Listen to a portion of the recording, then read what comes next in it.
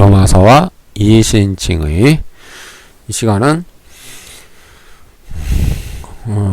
로마서 1장, 2장, 3장의 각각 중요한 몇 군데만 좀 살펴볼게요. 주제는 어두움 속의 절망과 비참함과 슬픔에 빠져있는 인간들. 우리 인간들이 얼마나 절망 가운데 있는가.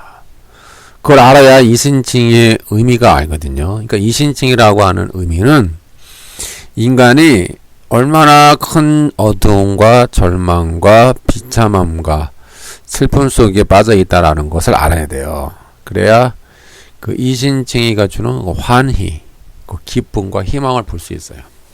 그렇지 않으면은 인간에게도 희망이 있어. 인간은 낙관적이야. 인간에게는 파라다이스가 다 준비되어 있어.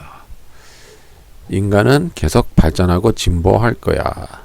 그럼 인본주의 사상이 있으면은요, 이신칭의가 의미를 상실해버려요. 왜냐면 인간의 절망이 있어야 하나님이 주시는 구원, 하나님이 주시는 구원과 하늘의 생명에 의미가 있는 거예요.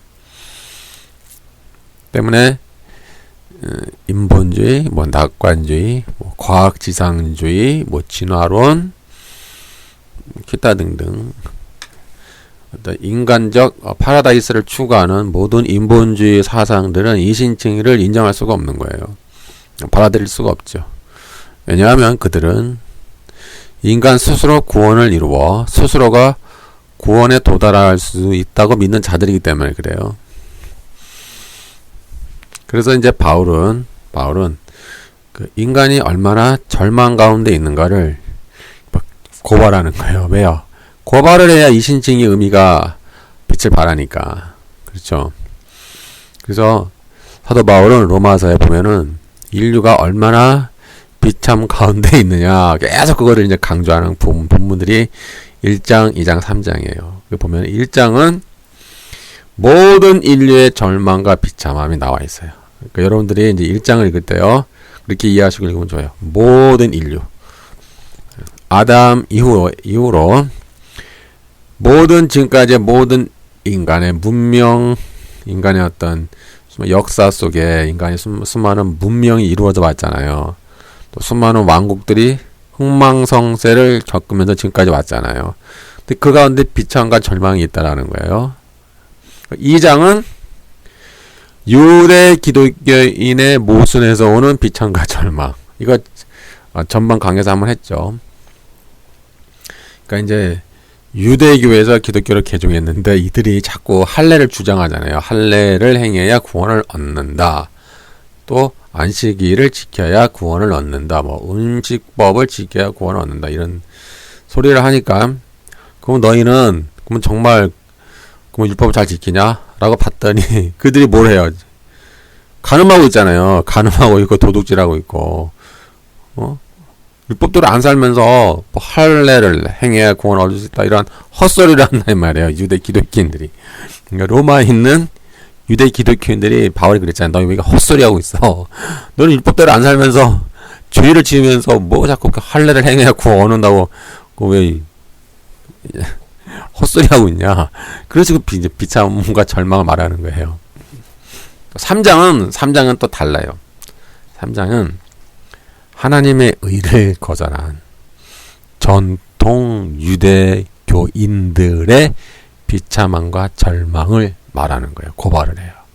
그들은 자기의 의, 종교적인 위선, 어떤 혈통적 의, 신분적 의를 주장했잖아요. 그리고 하나님이 부어주시는 의를 거절했잖아요. 이 전통 유대교인들이. 그래서 이들은 하나님 주시는 구원에서 배제됐잖아요. 로마서 9장, 10장, 19, 10, 11장 보면은 왜 유대인들이 구원에서 배제되었는가. 쭉 그 신학적인 설명이 나오거든요.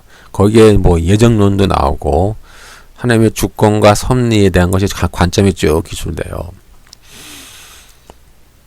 그러니까 이들이 유대인들은 전통 유대교인들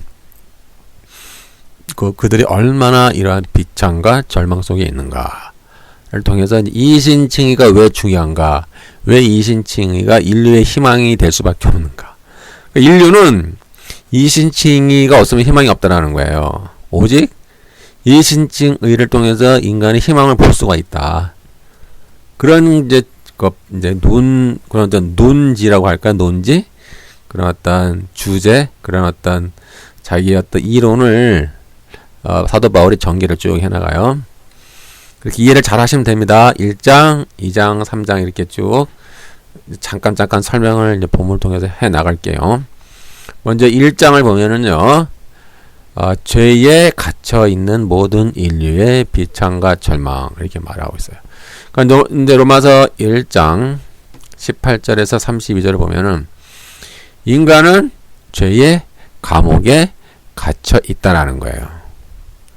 이게 무슨 말이냐면 전통 이 교리적으로는 뭐 원죄가 전가되었다 이렇게 보통 말을 하잖아요.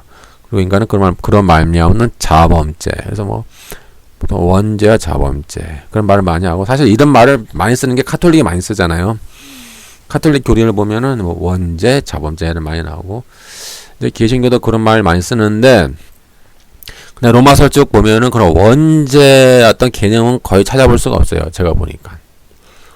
그러니까 교리적으로 그래서 제가 이제 교리적인 것을 반대하는 이유가, 교리적인 것을 막 주장하다 보면은 성경에서 말하지 않은 부분들을 막 주장하는 경우가 있거든요. 근데 로마서에서는 원죄의 개념이 없어요. 오해하지 마시고요. 그리고 어떤 개념이 등장하느냐? 아담의 타락으로 말미암아 세상에 죄와 사망이 뚫고 들어와서 모든 인간을 죄와 사망의 감옥에 가두어 버렸다. 이렇게 설명을 해요. 감옥. 죄와 사망의 감옥에 인간을 가두어 놔서 인간은 그 죄와 사망의 포로로 살아가는 거예요. 지금 포로로 또 노예로 살아가면서 수많은 슬픔과 병든과 사망을 경험하고 어떤 탐욕과 욕망과 어떤 미움과 시기와 질투와 어떤 그런 분열, 기타 이런 등등 그런 여러 가지 죄의 삶을 따라 살아가는 절망의 상태에 지금 갇혀 있다라는 거예요. 사도 바울이 말하는 바는.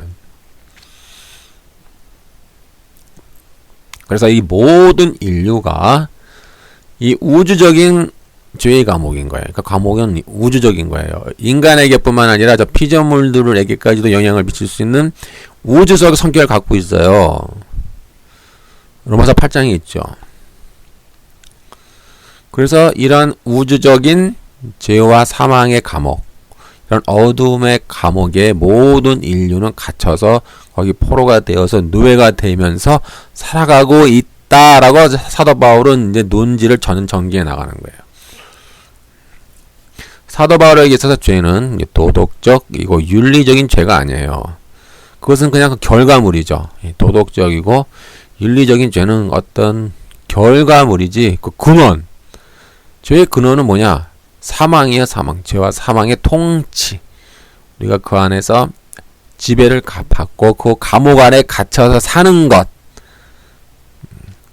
이 세상에 뚫고 들어온 어둠의 그 감옥, 어둠의 그 우주적인 감옥이 바로 그 원인이라는 거예요. 원인.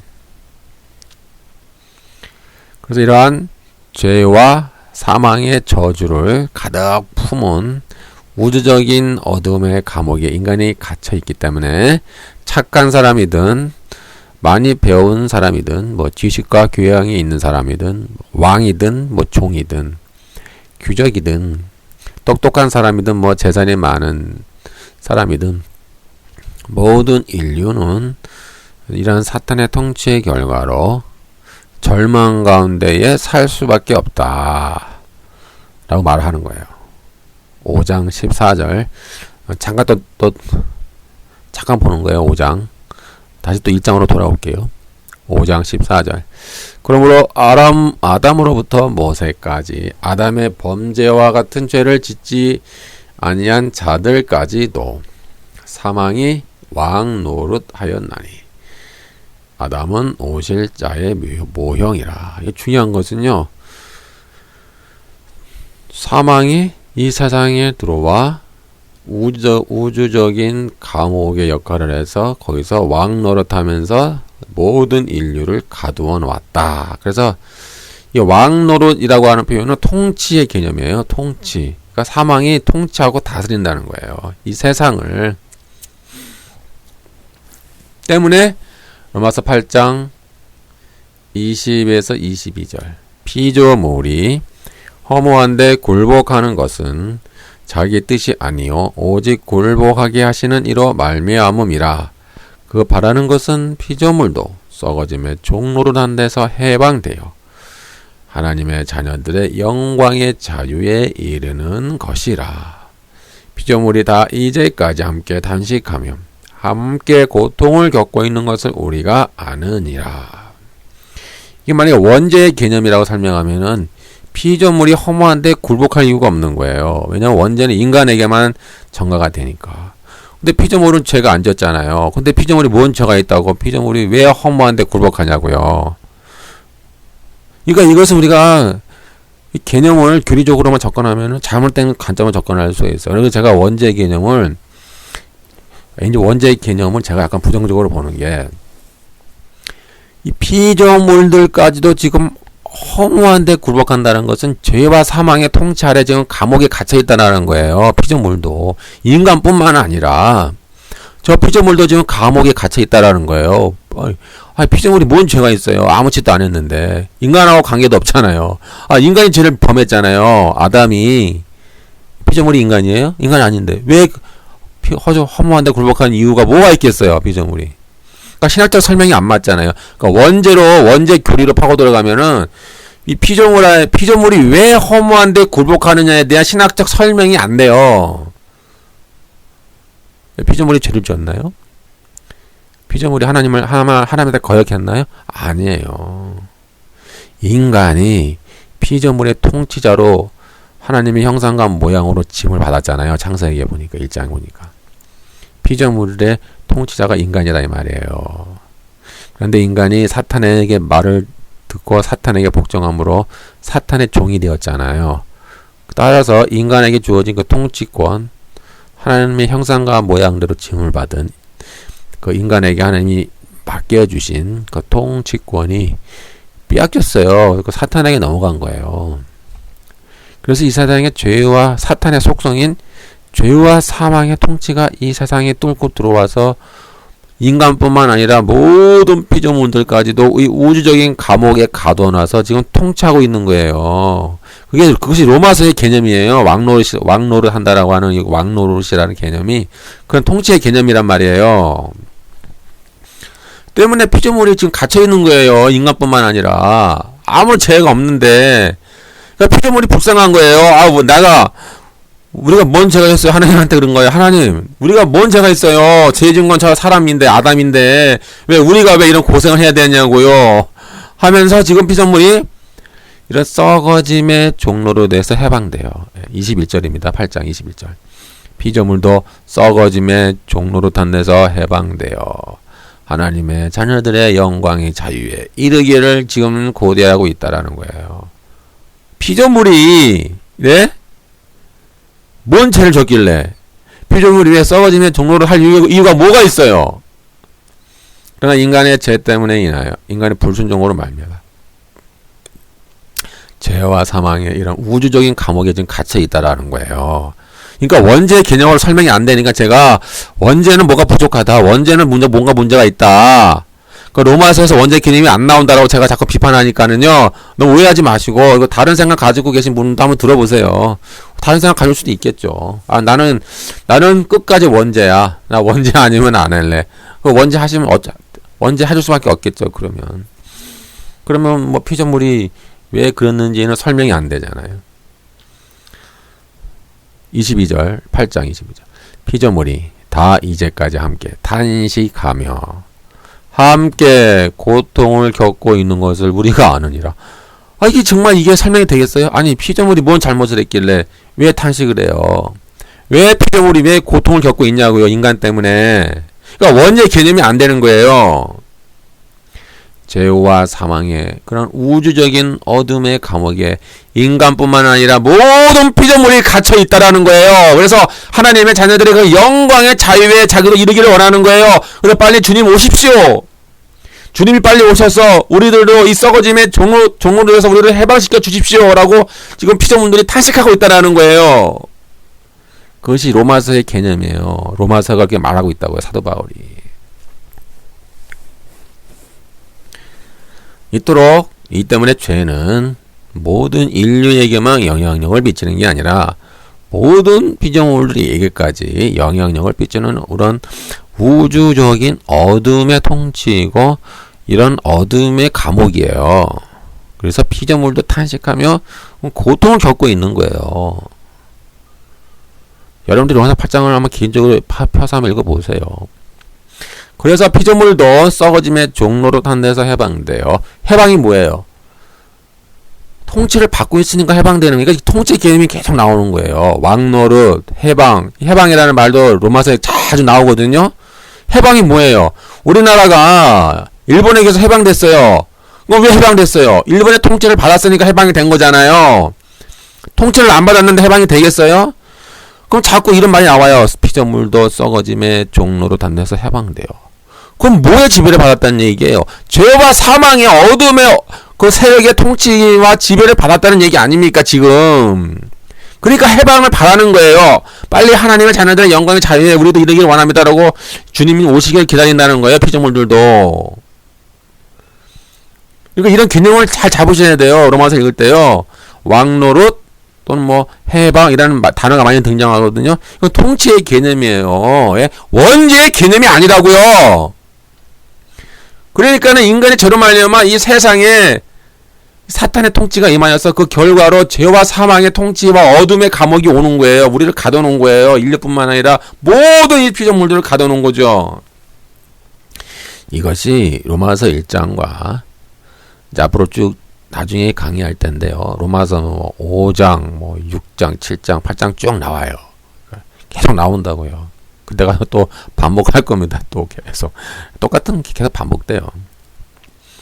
하나님은 그 일반 은총을 통해 자연 계시와 자연 계시를 주셨어요. 그리고 사람의 양심 안에 하나님의 존재와 영광과 거룩을 지속적으로 나타내 보여주셨어요. 이것을 우리가 일반 은총이라고 그러죠.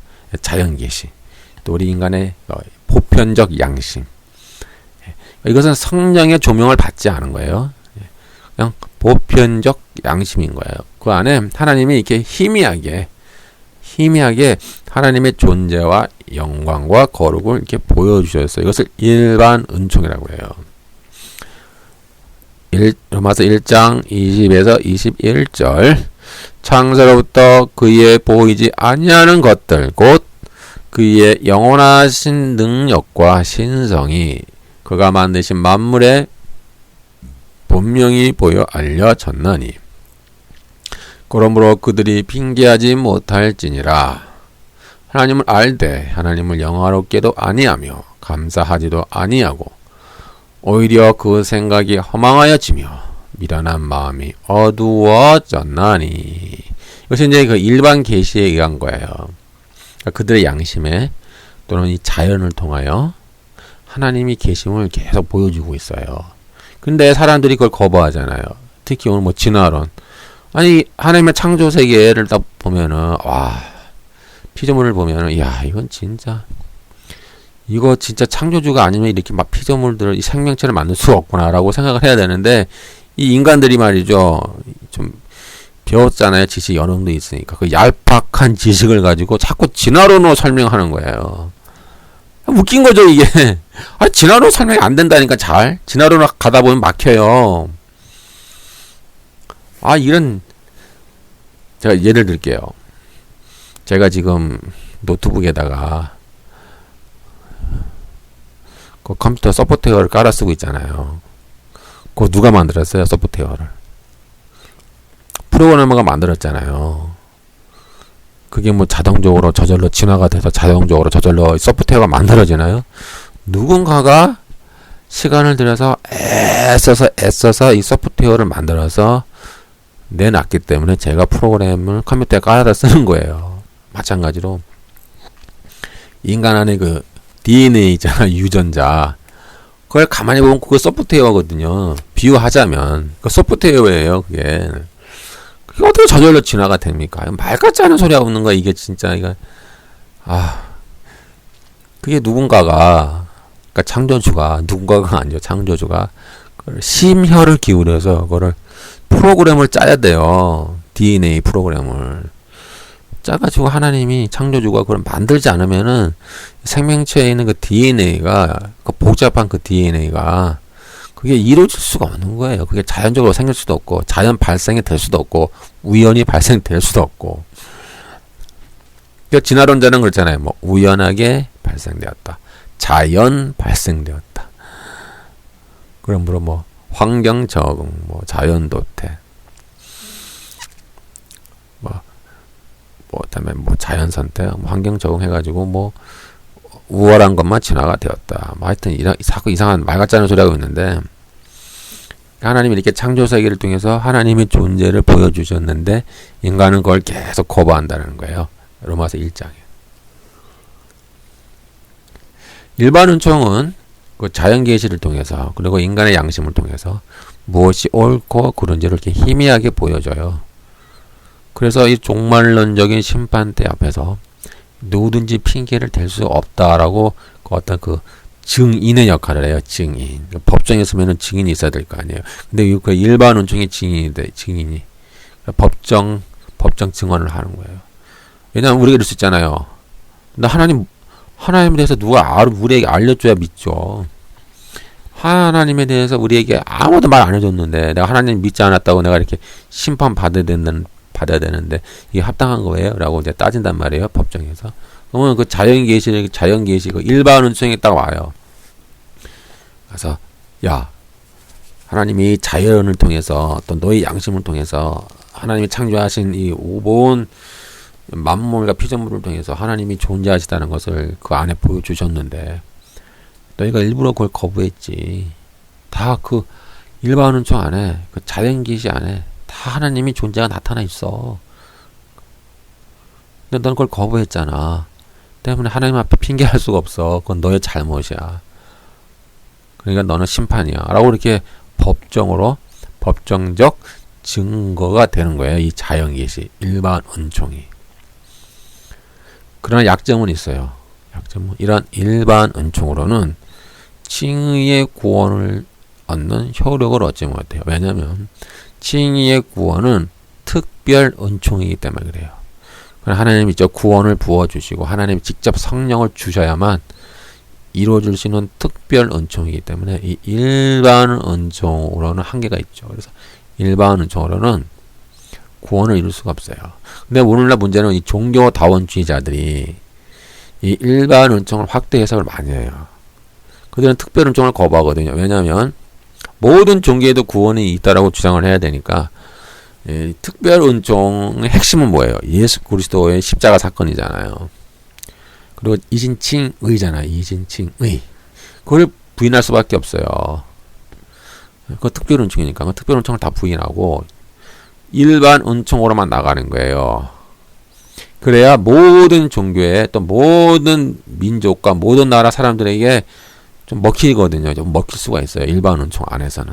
그런데 성경에 봤더니 로마서 1장에 일반 은총으로는 구원을 줄 수 있는 효력이 없다라는 거예요. 그냥 하나의 법정에서 우리가 핑계댈 수 없는 그 증거의 법정 증언의 역할만 할 뿐이지 일반 은총은 구원을 주는 효력을 줄 수는 없다. 때문에 이 종교다원주의자들은 비판을 받아야 되는 거예요. 그들은 특별 은총을 거부하니까. 그래서 그들은 모든 종교를 떠나서 뭐 믿든지 안 믿든지 상관없이 그냥 선하게만 살면 구원을 얻는다라고 하잖아요. 선하게만 살면 구원을 얻는다. 근데 이 선하게라고 하는 이 선한 것은 보편적 선이죠. 보편적 선이지 성령을 따라 행하는 그런 선이 아니에요. 같은 선이라도 개념 자체가 틀려요. 그러니까 성경에서 말하는 선이 있어요. 그것은 보편적 선이 아니라 성령을 따라 행하는 선이기 때문에 그것은 구원론과 연관이 되는 거예요. 행위 구원도 아니고요. 율법주의도 아니에요. 오해하시면 안 되고. 반면 저 이제 종교다원주의자들은 모든 인간들은 종교와 상관없이 그냥 착하게만 살면, 즉 보편적 선이죠. 보편적 선을 추구하며 살면은 하나님이 그들에게 구원을 주신다라고 하는 게 이제 종교다원주의자들이에요. 쉽게 설명하면은. 그러니까 이 종교다원주의자들이 많이 퍼지고 있잖아요. 개신교 안에도 퍼지고 있고, 뭐 로마 카톨릭부터 해가지고 수많은 뭐 유사 기독교 세력들하고 이제 많은 연합이 돼 있는데 이걸 상당히 우리가 조심해야 됩니다. 일반 은총을 너무 확대해서 일반 은총 가운데에 구원이 있다라고 하면 안 돼요. 1장 28절에서 31절 또한 그들이 마음에 하나님 두기를 싫어하매 하나님께서 그들을 그 상실한 마음대로 내버려 두사 합당하지 못한 일을 하게 하셨으니 곧 모든 불의, 추악, 탐욕, 악의가 가득한 자요, 시기, 살인, 분쟁, 사기, 악독이 가득한 자요, 수군수군하는 자요, 비방하는 자요, 하나님께서 미워하시는 자요, 능욕하는 자요, 교만한 자요, 자랑하는 자요, 악을 도모하는 자요, 부모를 거역하는 자요, 우매한 자요, 배약하는 자요, 무정한 자요, 모자비한 자라.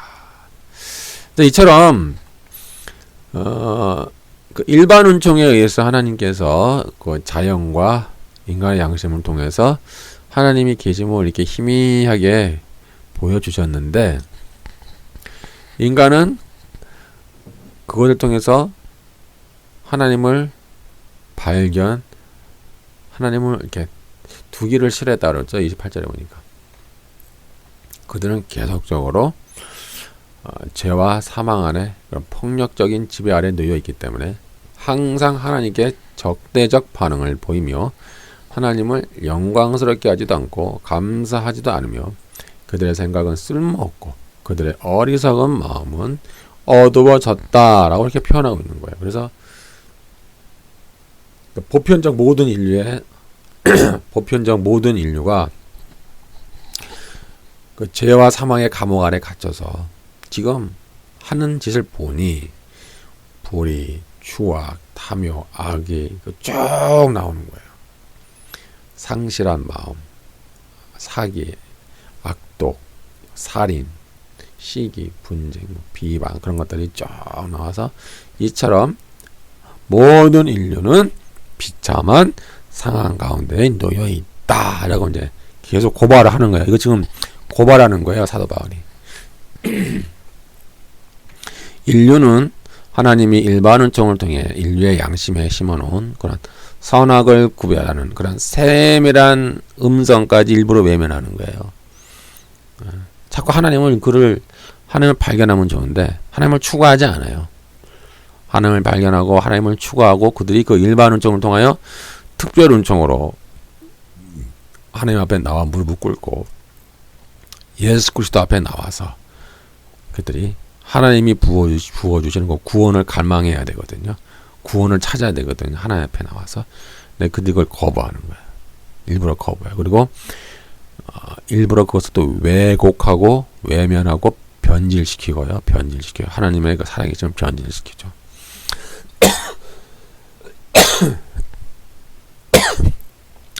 1장 32절 그들은 이 같은 일을 행하는 자가 사형에 해당한다고 하나님께서 정하심을 알고도 자기들만 행할 뿐 아니라 또한 그런 일을 행하는 자를 옳다 하느니라. 또 그러니까 이들의 양심 속에 깊은 내면에는 하나님의 어떤 심판에 대한 그런 것도 하나님이 심어 놓았다라고 기록되어 있거든요. 이렇게 사형에 해당된다라는 것은 이제 안다라는 거예요. 일반 양심을 통해서도 어느 정도. 근데 그것을 외면하는 거죠. 그리고 하나님을 거역할 뿐만 아니라 또 그렇게 하나님을 거역하는 자들을 옳다라는 거예요. 그게 옳은 거야. 하나님을 거역하는 게 정상이야. 하나님을 어떻게 기를 수가 있어? 그건 말이 안 되는 거야. 그건 말이 될 수가 없어. 그렇게 이제 그런 쪽으로 계속 그 인류의 문명이 뭐 여러 가지 인류의 문명의 흐름이 이제 그렇게 가는 거죠.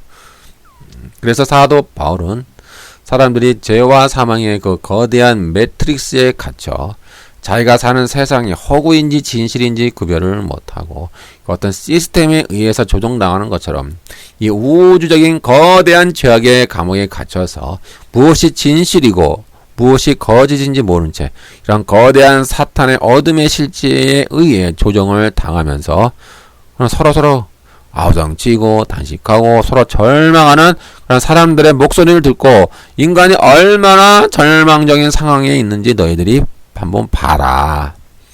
볼 줄 알아야 된다라고 지금 고발하는 거예요. 왜요? 그래야 이신칭의가 유일한 희망이라는 것을 발견할 수 있기 때문에 그래요. 이신칭의 외에는 희망이 없다라는 거예요. 사도 바울이 인류의 이 죄악성을 적나라하게 고발하는 것은 이 세상이 돌아가는 것을 보고 너희들 스스로 슬퍼하고 애통하라는 것이에요. 너 이렇게 잘났지? 너희 문명이 발달했냐? 과학이 발달했냐? 인류가 낙원과 파라다이스를 이룰 줄 알고 믿고 있냐? 그러나 과연 그럴까? 너희는 슬퍼하고 애통해. 인간 안에는 결국 희망은 없는 거야. 인간 안에는 절망밖에 없어.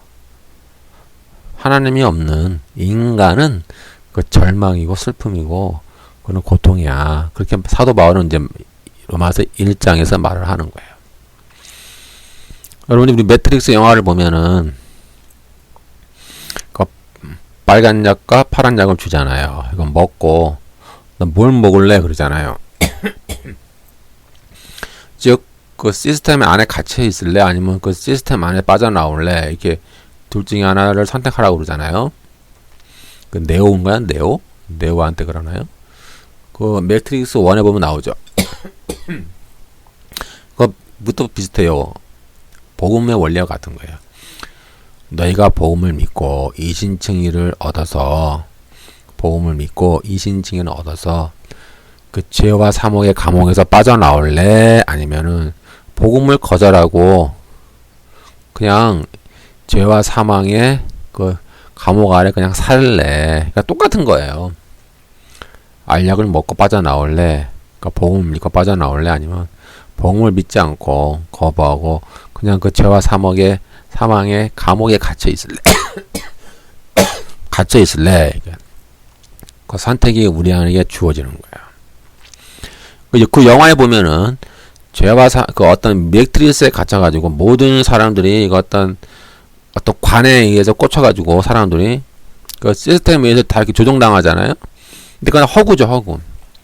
그들이 그 시스템에 의해서 뭐 여러 가지 일들을 하잖아요. 뭐 만나고 뭐 여러 가지 일을 하는데 결국 봤더니 그들이 어떤 그 시스템에 의해서 조종당하는 거죠. 허구예요, 허구. 뭐 꿈인가요, 그게? 꿈인가요? 어떤 그 시스템에 조종당하는 거죠. 실제가 아니에요. 허구라는 얘기죠. 그래서 네오는 그 약을 먹었는데 무슨 약을 먹었는지 모르겠는데 색깔이 기억이 안 나는데. 하여튼 그 약을 먹고 그 매트리스에서 빠져나오죠.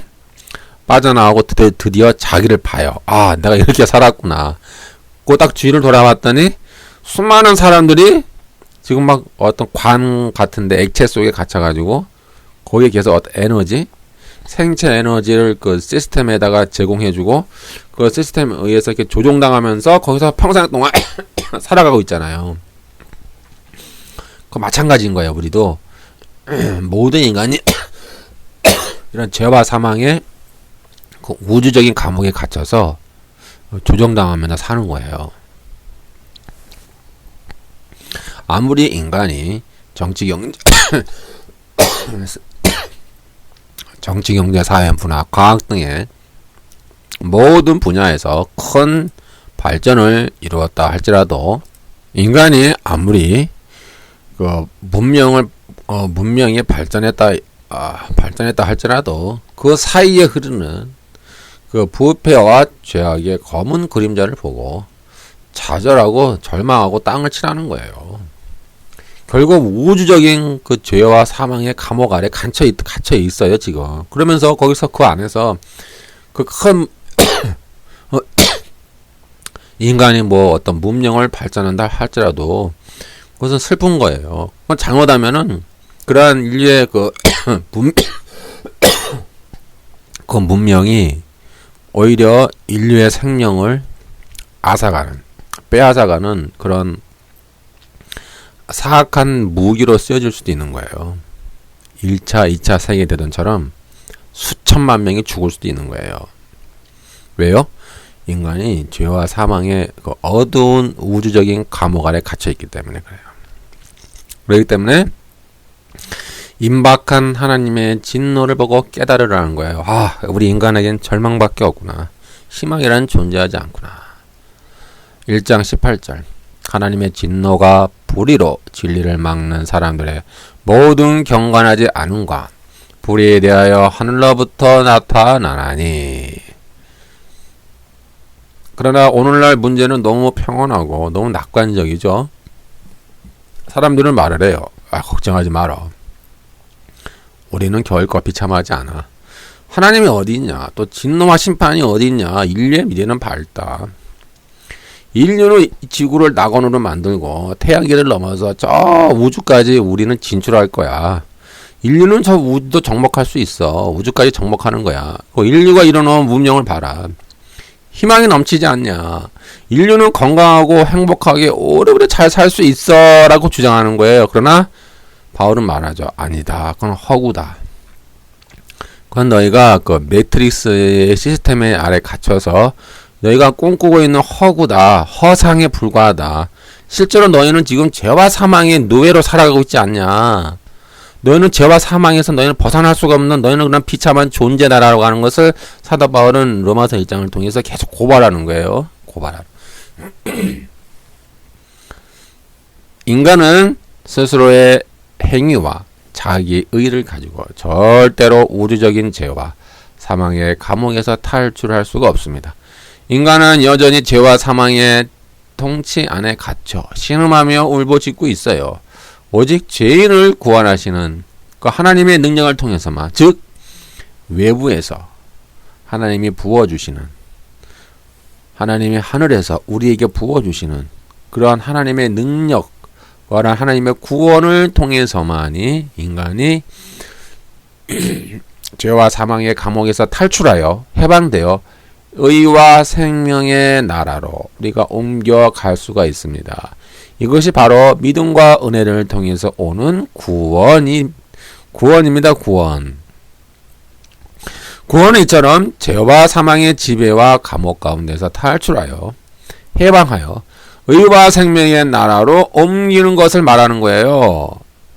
이것이 칭의의 개념이에요. 죽어서 가는 저 사후세상, 사후천당을 말하는 게 아니에요.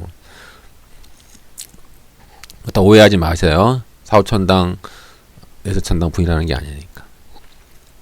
그러니까 오늘날 우리 그 근본주의자들이 오늘날 잘못된 그 신학은 뭐냐면, 가르침이 뭐냐면, 이 구원을 자꾸 죽어서 가는 천당으로만 생각하는 거예요. 근데 성경은 구원을 죽어서 가는 천당으로만 생각 안 하고, 이 세상에서 너희가 죄와 사망의 감옥에서 탈출하여 의와 생명의 나라로 옮겨서 너희가 하나님의 통치와 지배를 받고 성령과 함께 살아라. 성령의 통치를 받고 너희가 죄성을 죽이고 의의 열매, 생명의 열매, 성령의 열매, 착한 선의 열매, 아름다운 삶의 열매를 맺혀라. 그것이 너의 구원의 삶이다 라고 계속 성경가 말하고 있는 거예요. 근데 그걸 놓치고 있단 말이에요. 자꾸 이상하게 생각해. 자꾸 구원을 죽어서 가는 내세 천당으로만 생각하는 거예요. 성경 그게 그런 말 안 하거든요. 구약도 마찬가지로. 구약에서 구원도 마찬가지로 현재적 구원을 말하는 거예요. 하나님이 죄와 사망에서 옮겨서 하나님이 다스려 주시고 통치하시는 거. 그들은 그것을 구원이라고 봤어요. 구약의 히브리인들도 그것을 구원이라고 봤다고요. 구약의 히브리인들이 죽어서 가는 저 내세천당을 구원이라고 생각한 적이 없어요. 구약을 아무리 눈 뜨고 뜯어봐도 죽어서 가는 내세천당이 구원이다라고 말한 구절이 한 구절도 없다고요. 구약에 보니까. 왜요? 구약은 가나안 땅에 들어가 하나님의 통치와 지배를 받고 그들 안에 있는 그 죄와 사망과 그 죄성을 죽이고 하나님의 은혜를 향유하고 하나님의 치유와 하나님의 회복과 긍휼과 자비와 은혜와 용서를 향유하는 그 삶을 그들은 구원이라고 생각한 거예요. 그것이 구약의 기록이에요. 근데 이 신학에 와서 이 변질된 이 근본주의자들이나 변질된 이 신학, 이상한 신학의 변질이 와가지고 개신교 안에 내세천당이 구원이다라고만 가르치고 있으니 맨날 불신족 예수천당만 하잖아요. 전도할 때. 제가 말하는 진정한 전도 방법은 하나님 나라가 당신 앞에 가까이 와 있습니다. 회개하고 믿음을 가져서 그 눈에 보이지 않는 거, 하나님 나라 눈에 보이지 않지만 믿음을 가지고 회개하셔서 그 믿음의 하나님 나라의 문을 열고 들어오세요. 그러면 하나님 나라의 은혜와 긍휼과 자비와 용서와 회복과 치유와 구원을 누리세요. 라고 전도하는 게 그게 성경적 전도 방법이에요. 예수, 천당, 불신, 지옥이 성경적 전도 방법이 아니에요. 아니라고요. 제가 그것은 이미 천국과 하나님 나라 강의에서 설명을 해놨으니까 강의 한번 들어보시고요. 요한복음 5장 24절 내가 진실로 너에게 이르노니 내 말을 듣고 또 나 보내신 이를 믿는 자는 영생을 얻었고 심판에 이르지 아니하나니 사망에서 생명으로 옮겼느니라. 이것도 통째 개념이에요. 제가 갑자기 요한복음 했는데 원래 이거 하다 보면 좀 왔다 갔다 해요. 성경 구절을. 이 요한복음도 같은 개념을 쓰는 거예요. 그러니까 이 로마서의 개념과 요한복음의 개념도 유사하단 말이에요. 같다라는 거예요. 사망에서 생명으로 옮기는 거, 그것이 영생이에요. 영원히 사는 게 영생이 아니라고요. 나중에 백보자 심판 이후에 게헨나 유황 불못에 들어갈 때도요, 영원히 살아요. 심판을 받으면서 고통 가운데 영원히 사는 생명도 있고요. 하나님 보좌 앞에 나아가 그러니까 생명의 부활로 일어나서 영원한 생명 가운데 영원한 구원 가운데 살면서 사는 영생이 있어요. 이 두 가지 영생이 있다고요. 계시록에 보면은. 그래서 구원은 사망에서 생명으로 옮기는 거예요. 옮기는 거.